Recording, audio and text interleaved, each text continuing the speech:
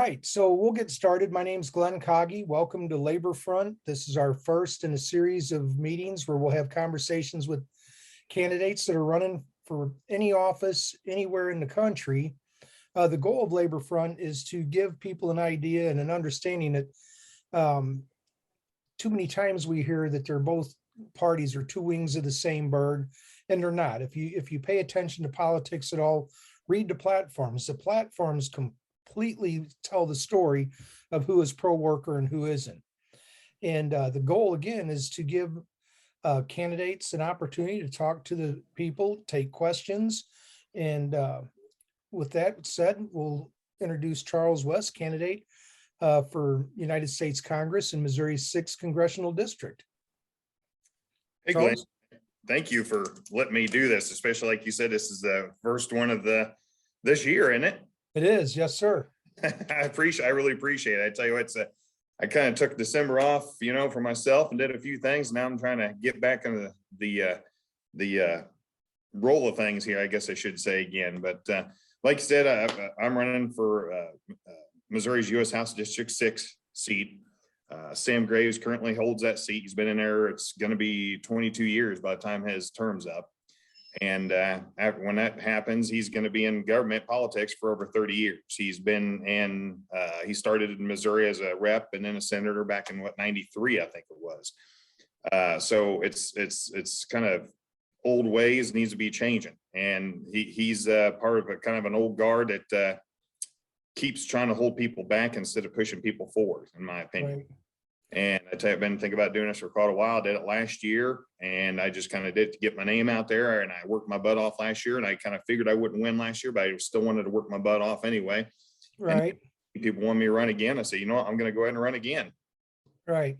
Well, we're joined by Gay. Gay, would you like to introduce yourself and tell us what your thoughts are?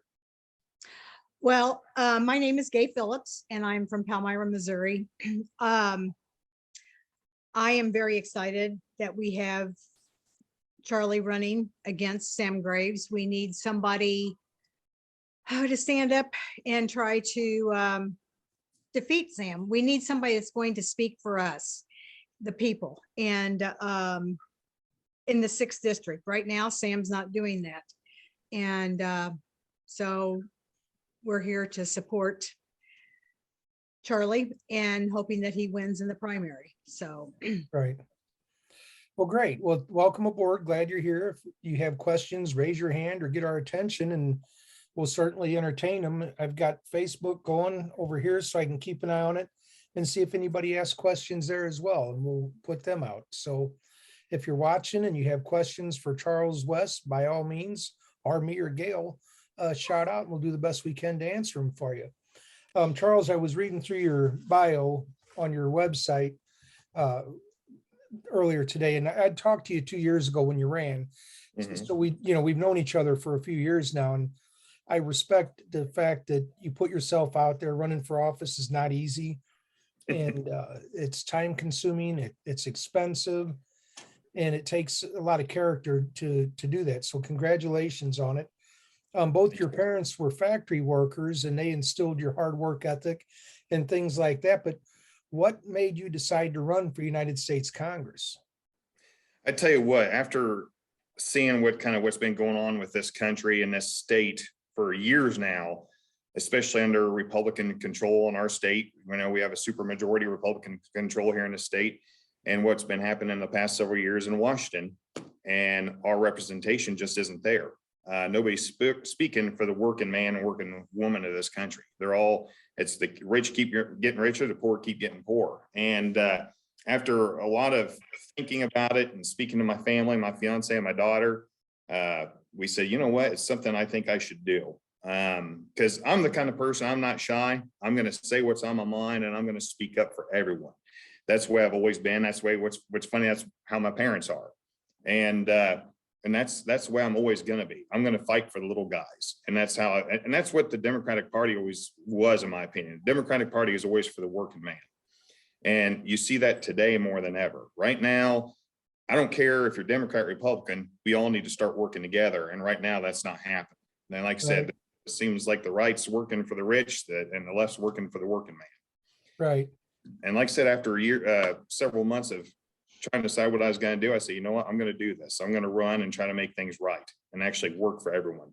And like I said, right now, Sam Graves is going to be in for, like, it's been 22 years now, and he just doesn't work for us. He doesn't even show back up here. That when he does show up, it's for a photo op.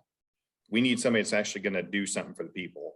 Right now, there's 36 counties in this district. And our district's bigger than 9 states. And so far, when I announced I was going to be running again, I've literally covered every single county in this district, probably 5 to 6 to 7 times over. I remember here in 2 months, October, November, December, I think I went to Kansas City and Maryville about 18 times in 2 months, just making sure going back and forth across state, trying to join meetings and things like that, and show people I'm there to listen. Just like right now, Sam Graves, he's our ranking member in a transportation infrastructure committee. He does not go out and talk to people. He does not go to the counties and see what the counties needs. That's one thing I do. I try to go to as many county commissioner meetings and see what each county needs. If you're going to be working for the people, working for your district, you need to be in each county and see what each county needs. And that's what I'm going to do. Right. Now, just to give some people an idea how big this district is, it is just north of Interstate 70, a couple of counties north from Illinois to Nebraska and all across Iowa. So it's a big district. It's huge. So, Yes. I mean, it takes a lot of time and energy to run in that district. You know, what are your thoughts about right to work? Right to work is just completely wrong. That goes against pretty much everything I stand for. Right to work is getting rid of all workers' rights. And what's bad is here we are as a state, we vote against it all these times. And the majority right now, they keep trying to reword bills to make it sound like it's a good thing and make people vote for it. Right. Need people speaking out against it as much as possible, because right to work is more or less, like I said, no workers' rights at all, not able to form unions, anything like that. We need to make sure that people know exactly what right to work is, because like I said, right now, the people in our house right now, in our Missouri House, are trying to make it look like it's a great thing. And it is not a great thing. It's against everything I've ever stood for and my family's ever stood for. Right. You know, something I don't understand. Missouri is the only state in the nation where the citizens have voted down right to work, and we've done it twice, Mhm. like in 1978 and again in 2018. And the Republicans continue to push this anti-worker legislation. They've pre-filed bills in Jeff City already. It's already going to come to the floor. We know that the governor, it'll pass the Senate, it'll pass the governor. Why do you think that they completely ignore the will of the people? 60% of the state voted against right to work. I think 14 counties is all that it passed in the entire state. And the Mhm. Republicans just completely ignored it. It's like a big FU to the working people. And I don't understand that. I think they do it because they know they can get away with it. Look at our Medicare for all, what more or less what we did here in Missouri. We voted for it. It was going to be a fully funded system by a federal government, and the Republican Party here in the state of Missouri tried to make sure it didn't happen. Even though it was going to be funded, taken care of, they put out a big lie saying it's going to cost the state. Just like this right here. They're working for their lobbyists because they know they can get away with it. Big money is working its way into all politics. And this is one thing it is. Like I said, Medicare, and right here with right to work. Big money's coming there. These corporations are coming there because they don't want unions. They don't want anybody standing up for the rights of the American worker. And here in Missouri, if we didn't have unions, we wouldn't have the working conditions that we have now. We wouldn't have the 40-hour work week. We wouldn't have vacation time. We wouldn't have things like Labor Day. We wouldn't have things like that. It's from people like you and people like my parents and people I work with every single day that make this country what it is and make the rights of the workers what it is. And like I said, right now, the Republican Party is completely against it, and they're fighting us all the time. And they're going to keep rewriting the laws to make it people vote for it. Right. Well, after it passed and after the elections in 2018, I ran into a state representative in the Wentzville area. And we were in a little diner, and I sat across from him and I said, and this was right after the election. And I said, it was the will of the people to send you back to Jeff City And he said, yes, it was. And I said, it was also the will of the people to, even in your district, to oppose right to work. I said, what is your position on right to work? He said, well, they voted for me knowing that I support right to work. So I don't think they really understood what they were voting for. And that is how little they think of the people in Missouri, that we are not smart enough to know what we're voting on. Mhm. So that, I mean, that's a big slap in the face. That's ridiculous. It is. It is. I did a TikTok earlier about Sam Graves, and somebody literally commented, says, I think they put on there, Missouri is full of idiots or something like that. And you hate to say that, but the thing is, look at some of the people that the state has elected, that's in office right now, that's been in office in the past. And you start, we're better than that. But the thing is, we keep voting against our own good. Well, I think we are better than that, but I'm going to put this out there.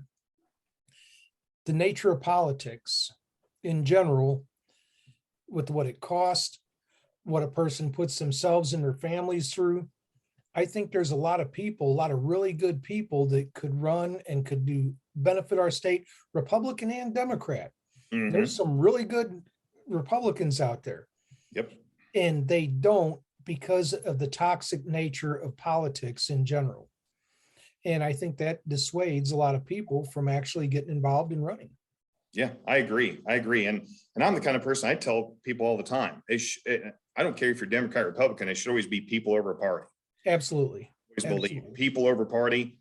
And I voted for Republicans a lot because I vote for the person. I vote for what they are going to do. If I know that, even if, say, I'm a Democrat, but if I see somebody that's a Democrat and I don't trust a single thing they're going to do, I don't vote for them. I'm going to vote for the guy I do trust. And that's right now. It seems like in our certain, like you said, political climate, it's hard to do anything right now because you don't know what the other person's going to do and you don't know what people's going to do to you. Right.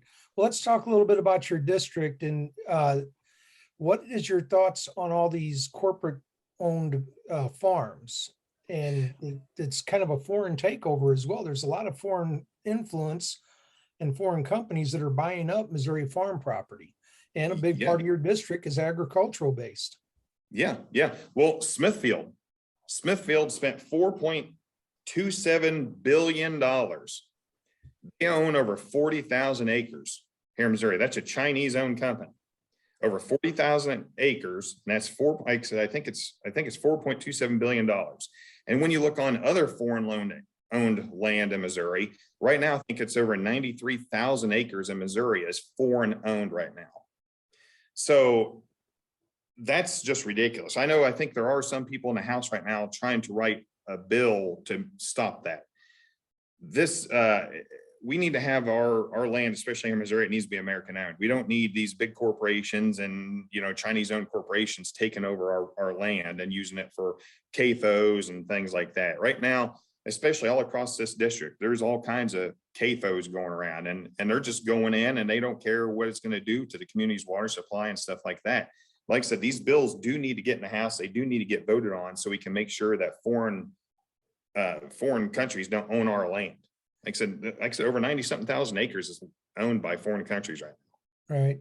So one of the things that I was going to talk to you about as well is trade laws. And as a United States congressman, you would not only have a vote, but you would have a voice on these trade laws and these trade bills. President Trump, to his credit, tried to renegotiate NAFTA. We didn't come out with a whole lot different than what we had before, but at least somebody was talking about it and made an attempt to it. So I'll give credit where credit's due. Mm-hmm. At the same time, we have lost so many manufacturing jobs in the state of Missouri. St. Louis used to be number 2 in auto manufacturing behind Detroit. Mm-hmm. And we had just 15 years ago, we had 4 auto assembly plants in St. Louis employing about 20,000 good paying jobs for auto workers. Mm-hmm. And now we're down to 1. And as a United States congressman, what would be your position when it came to trade laws? We know that there has to be some trade. Mm-hmm. You can't just shut it out. You can't build a wall around the country. We know that. Yeah. But there has to be some logical approach to it. And I'd like to know what your opinion on that would be. I keep going back to kind of like what you said, NAFTA. I tell you, NAFTA more or less put a nail in the coffin. A lot of companies that's all across this country and here in the state, like you said, look with the auto manufacturer, auto manufacturers, how much we lost, to Mexico and China and all over the place. And then the last couple of years when they started doing all on the tariffs on things, that had a major effect on us too. We need to start actually working together as Americans, left and right, and make sure we're working together so we actually have trade laws that's going to benefit us all. Start getting corporations back in this country, back in the state of Missouri. We need to have tax incentives for corporations to move back into our rural areas, into our big cities, so everybody has jobs. Look at the unemployment rate. I know our unemployment rate's gone down, since COVID and everything, but think what it'd be if we had trade laws, better trade laws, where people were starting to move businesses back and opening corporations where everybody had good paying jobs. And in turn, that's going to bring taxes back into all the rural communities and the bigger cities too. So like I said, we need to work together so we actually have trade laws that work for everyone and not just a select few. I think that'd be great. One of the things as well is tax incentives to bring jobs back. What would your thoughts be on some form of tax penalty, tariff, whatever you want to call it, on companies or corporations that are caught using child labor in foreign lands? Right now, there's about 200 million children working in sweatshops and mines around the country, and there's very little discussion about that. What would your thoughts be about trying to find a way to put legislation together to clamp down on these companies and corporations that are using child labor? Yeah, that needs to be put to a stop right now. I mean, that's something that should never be done. And the thing is, all these corporations are profiting off of it. And yeah, the third world countries, like you said, where these child laborers are out there working to death, and making pennies on the dollar. And these corporations making huge amounts of money. Like I said, we need to start on that too. We need to start putting tariffs on these people, or just start going over there and talking to them and saying, hey, this is going to stop, or we're not going to be doing any business with you at all.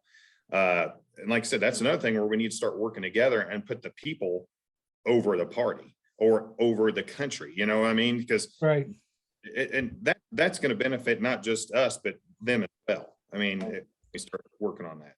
No, absolutely. It benefits the entire globe. I mean, we've got, it's one of the most frustrating things to me. We have jobs that were once done by hardworking Americans in the United States that they shut down the factories. And some of this is even pre-NAFTA, and they open these factories up in Bangladesh where they employ children for pennies an hour. Yeah. So, and it affects everything, just like, steel. What I do for a living, I deal with steel and copper and anything with metal, and we're getting all this Chinese steel and steel from all of these other countries, and a lot of it's subpar, and it costs ungodly amounts of money. And we're going to have to start producing way more in the United States like we used to. It used to be we were self-sufficient, and we're not like that anymore. Look what's happening out right now with all the issues with ships coming in and things like that. We're having to depend on other countries to support us, and that shouldn't be the way it is. Well, that makes me ask another question, of course, but there has to be some way that when they try to, like China uses currency manipulation to devalue the yen and make their steel cheaper against our steel, and there's non-tariff trade barriers that they use. There's got to be ways that we can clamp down on them as well and say, no, you're not going to do that. You're not going to use your government to undercut the steel that we can produce here in the United States. Yeah. And that's another thing that should have been taken care of a long time ago, because it's been getting worse for years. I tell you, I think in 2008, it really started getting bad. That's when I really started seeing it getting bad, and it's just progressively gotten worse. And the bad thing is, most of the companies that I deal with and my customers deal with on a daily basis, they're relying on this steel, because right now they can't afford the steel that's here in the United States, or we're just not producing, so that should have been nipped in the butt a long time ago. Right. Something that's really frightening while we're talking about trade, one last thing, and then we'll move on. something that really frightens me, and I think about it a lot. In the automotive industry, we get a lot of questions about the domestic content on the vehicles that we assemble. And it's about 60%, real close, at 55 to 65 is domestic product. That's what goes into our vehicles. What I'm wondering, especially with this microchip shortage that we're in, and we're still not past it yet. I mean, it could take another year or two before we completely come out of this chip shortage. What effect, or what do you think the domestic content is on our military weapons that we use to protect our nation? If there was ever to be a major war and we had to start building our jets, and like World War II, I mean, they converted auto factories into building tanks and airplanes almost overnight. Would we have the capability to do that, or are too many of our parts manufactured outside of the United States? I'll be honest with you, I don't think we would. What's funny is I brought this up to my fiance here a while back because we was watching, I love everything that has to do with history. And I was watching something about World War II, and when they was talking about everybody coming together, I don't think we could. I mean, we rely so much on things made in China and things made in Japan and things made for God knows where else on what we have. It's crazy to think of what would happen. And right now, it's hard to see people come together because everybody right now seems like is what's in it for me. When that happened, when the bombing of Pearl Harbor happened, we all came together and went to war. Everybody came together and worked together for the betterment of the United States of America. Now, like I said, we don't have the resources we once had that we should have, and the people aren't working together like they once did, like we should start doing now. And like I said, right now, everything is me instead of us. All right. So that is scary because I don't think we'd be able to produce as much as we did back in World War II if something ever did happen. Right. Well, I got one more question for you, and we have not gotten any questions on Facebook, which is fine. People are busy and it's dinner time for a lot of them. So I may have to alter my schedule a little bit. But my last question, and this is something I have done throughout all my years as a union activist and political activist, social activist, I play king for a day. And if you could make all the rules for one day on how you could benefit your kingdom, what would be the first few rules that you would make to benefit the 6th Congressional District? That's a good question. I'm not, to be honest with you, I've never even heard that question before. Yeah. Well, I told you I wasn't going to I was going to give you all softballs. And this is one that I kind of thought of that, you know what would be the first thing you would do as a United States congressman when you look at the 6th Congressional District? I tell you what, that it's hard to answer with one or two things. I'd be doing 3 or 4 things. Well, let's hear them. When you have, and I'm not going to say power, but when you have the responsibility, when you're an elected official, or like your question says, a king, you have a responsibility to the people that you work for. And the things I would make sure of, first of all, my biggest thing is education. Education needs to be completely, fully funded. We haven't even covered that, so please delve into the education. So right now, the state of Missouri, we're number 49th out of 50 for funding for schools. Right now, I think the base teacher pay in Missouri is $25,000. $25,000. I think base para pay is $11,000 or $12,000. Can you imagine a teacher coming out of school with their bachelor's degree or their master's degree starting out at $25,000 a year? I'm on the Clark County School Board. I actually got lucky enough. I got reelected again this last year, and I love doing it. But when I think of the teachers in our area making $32,000, $33,000 a year, when they can go to Iowa and Illinois and make double what they make here starting out, and our teachers having to pay for pretty much everything in our classrooms, and we're relying on local tax dollars to fund our schools. Smaller communities like where I'm at can't afford that. Bigger communities, St. Louis, Jeff City, Kansas City, Columbia, they have plenty of money coming in. Small districts cannot rely on that. So like I said, first of all, fully funded education for our teachers and our kids, because that's our future. Public schools is our future. Second of all, healthcare. That's a huge thing, especially with COVID going on. And and things that everybody deals with every day. Look at people are diabetic, people are with cancer, people in my family have died from cancer, died from diabetes. We need to move to a more fully funded Medicare for all system. I tell you what, this thing where you're having to either buy your meds for your cancer treatment or your insulin for your diabetes, or pay for your mortgage or pay for your food for that month. That should never be a question in the United States. Look at what Canada does. Look what Germany does. All these other countries, what they can do for their people for healthcare. And here we are. It's all about the big mighty dollar in the United States of America. When it comes to healthcare and education, that should never, ever be a factor. Healthcare should be taken care of no matter what, and so should education. And then infrastructure is another big thing for me, especially when you go clear across the six districts. So you're going on Highway 136, on Highway 36, on Highway 61, on Highway, I think 71, and all of them, 35. The roads, bridges are falling apart. Sewer lines are bad. Water lines are just breaking constantly. We need a total overhaul. And when I was talking about education, internet, I'm literally at my office where I work. That's where I'm doing it, because my internet in my house is so bad, I can't rely on it. That all needs to be taken care of. So infrastructure, major overhauls, healthcare taken care of, and education fully funded. That's three things right there I'd work on. And then, like I said, we already spoke about jobs, but I tell you what, that's the main things we need to take care of. If I was king for a day, that's what I'd do. That's awesome. That's perfect. And the infrastructure would create a lot of jobs within your district. Yes, a lot. And what's funny is Sam Graves is a ranking member of the Transportation Infrastructure Committee. He's voted against every single thing that's came out as far as the Build Back Better plan or anything to do with infrastructure. But if you check his Twitter account, his Facebook account, all that, all the time he's going about all this money coming in. He's went to this meeting over Kansas City here, or Clay County, I should say, here a month or two ago, going on about all the money coming in the state. He voted against it, but he's taking credit for it. Right.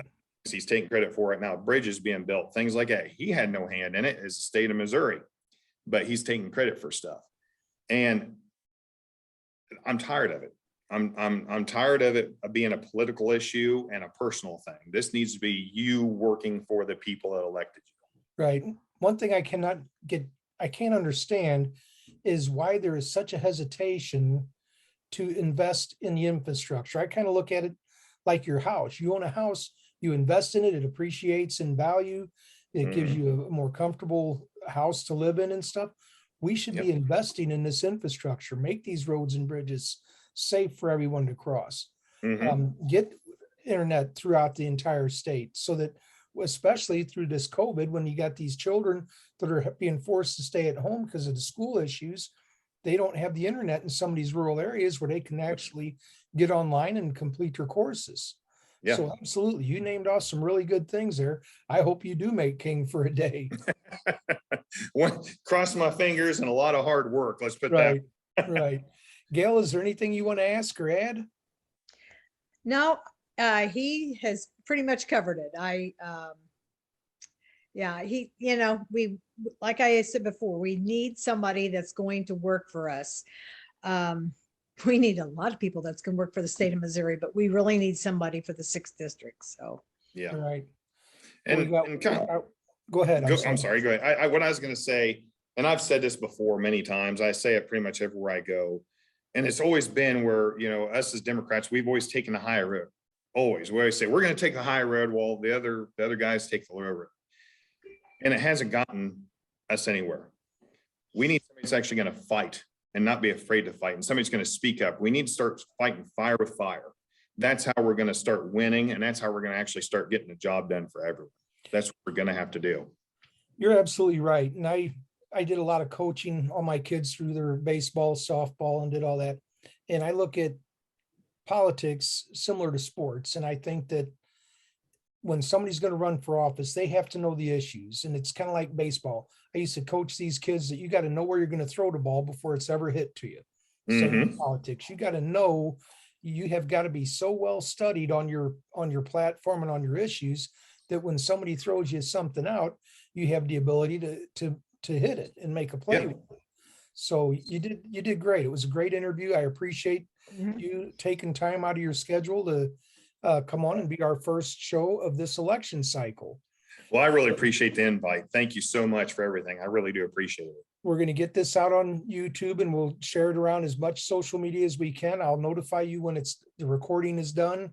Okay. I'm not great at all that stuff. My son said he'd help. And if he can, I'll probably get a grandkid to help. So There you go.